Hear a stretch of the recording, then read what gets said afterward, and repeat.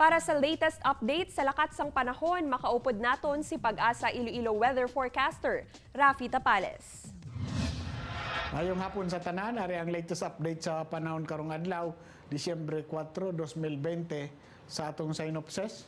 Well, ang northeast monsoon o kunamihan nag-apekto sa northern kag central Luzon, samtang tail end sa frontal system nag-apekto man sa iba pang bahin sa central Luzon kag isa ka low pressure area ang ara sa kalayon na 1630 kilometros silangan sang Mindanao. Walay na direktong epekto sa pungsod.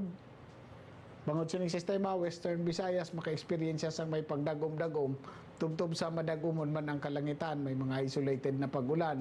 Pagpanaguob kag pagpangila, tugay na sa mga localized thunderstorms.